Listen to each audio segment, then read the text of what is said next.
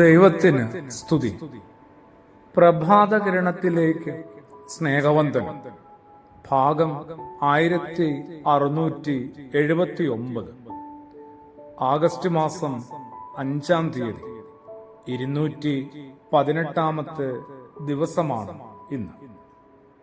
യൗസേപ്പ് ഉണരുകയും ശിശുവിനെയും അമ്മയും കൂട്ടി ആ രാത്രി തന്നെ മിസ്രൈമിലേക്ക് ഓടുകയും ചെയ്തു. ആ പലായനം നമുക്ക് എന്തുമാത്രം ഊഹിച്ചെടുക്കാൻ പറ്റും. എന്തുമാത്രം വേദനയും വേവലാതിയും തിന്നവരാണ് മറിയമെന്ന അമ്മ. ഇങ്ങനെ സ്വയം ഉരുകിത്തീർന്നയാള്, ഹൃദയത്തിലൂടെ വാള് കടന്നുപോകുമെന്നൊക്കെയുള്ള മുന്നറിയിപ്പോ ഓർമ്മപ്പെടുത്തലോ കിട്ടുന്നതൊക്കെ പിന്നീട് എപ്പോഴാണ്. അതൊക്കെ കിട്ടുന്നതിന് മുമ്പേ ഹൃദയത്തിലൂടെ അനേകായിരം വാളുകള് കടന്നുപോയിട്ടില്ലേ? ജനത്തിന്റെ മശിഹായും അവന്റെ അമ്മയും സഹിക്കുകയാണ്. പൗലോസ് അപ്പോസ്തലന്റേതാ ഒരു ഓർമ്മപ്പെടുത്തൽ.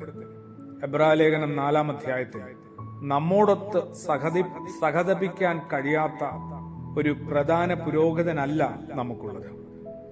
സഹതപിക്കാൻ കഴിയുന്ന ഒരു മശിഹായെ കുറിച്ചാണ് അപ്പോസ്തലൻ ഓർമ്മപ്പെടുത്തുന്നത്.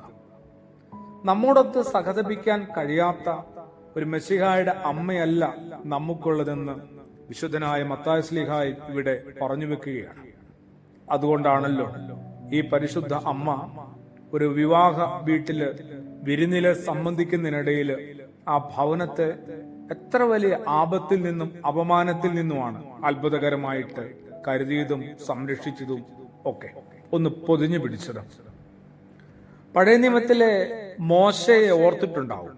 ഇതൊക്കെ ഇങ്ങനെ എഴുതുമ്പോ വിശുദ്ധനായ മത്തായി ശ്ലീഹ തന്റെ രാജ്യത്തിന് ഭീഷണിയാകുന്നുവെന്ന് കണ്ട എബ്രായ ആൺകുട്ടികളെ കൊന്നുകളയാനായിട്ട് മിസ്രൈമിലെ ഫറവോ പണ്ട് തീരുമാനിച്ചായിരുന്നു.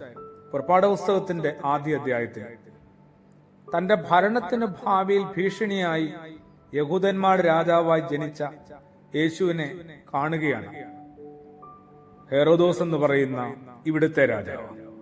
അങ്ങനെ വല്ലതും സംഭവിച്ചാലോ? അതോടുകൂടി യേശുവിനെ വധിക്കാൻ ഹെറോദോസും തീരുമാനിക്കുന്നു. തന്റെ ജീവന് ഭീഷണി നേരിട്ട മോശ മിസ്രൈമിൽ നിന്ന് ഒളിച്ചോടുന്നു. ഇവിടെ യേശുവിന് തന്റെ ജീവന് ഭീഷണിയായെന്ന് തോന്നിയപ്പോൾ തിരുക്കുടുംബം ഒളിച്ചോടുന്നുണ്ട് മിസ്രൈമിലേക്ക്. മോശയുടെ അമ്മയുടെ ഇടപെടൽ മൂലമാണ് അന്നത്തെ വധശ്രമത്തിൽ നിന്ന് മോശ രക്ഷിക്കപ്പെട്ടത്. യേശുവിന്റെ മാതാപിതാക്കളാണ് വധിക്കാനുള്ള ഹെറോദോസിന്റെ കഠിനമായ പരിശ്രമത്തിൽ നിന്ന് യേശുവിനെ രക്ഷിക്കുന്നത്. രക്ഷകനെ രക്ഷിക്കുകയാണ് ഇവിടെ മറിയമെന്ന അമ്മയും യൗസേപ്പും. സുറിയാനി സഭയുടെ പിതാക്കന്മാര് വെറുതെ അല്ലല്ലോ മറിയമെന്ന അമ്മയും യൗസേപ്പിനെയൊക്കെ കൂടെ കൂട്ടിയത്. അത് കാര്യമായിട്ടൊന്ന് മനസ്സിലാക്കാനായിട്ട് അമ്മയെ അനുസ്മരിക്കുന്ന പരിശുദ്ധ മറിയത്തിന്റെ വാങ്ങിപ്പ് പെരുന്നാളിലേക്ക് നടക്കുന്ന നമുക്ക് ഓരോരുത്തർക്കും ഈ ദിനങ്ങളിൽ കാര്യമായിട്ട് സാധിക്കട്ടെ. ആമേൻ.